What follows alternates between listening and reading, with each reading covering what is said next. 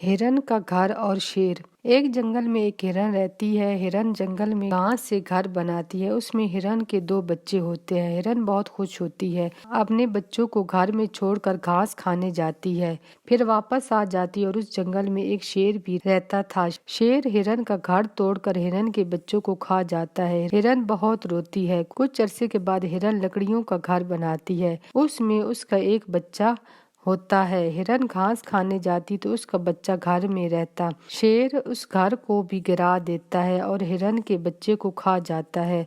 हिरन बहुत परेशान होती है। इसी तरह से कुछ अरसा गुजर जाता है। हिरन पत्थर का घर बनाती है। उसमें हिरन के 3 बच्चे होते हैं। अब शेर बहुत कोशिश करता है, लेकिन उस पत्थर के घर को नहीं गिरा सकता।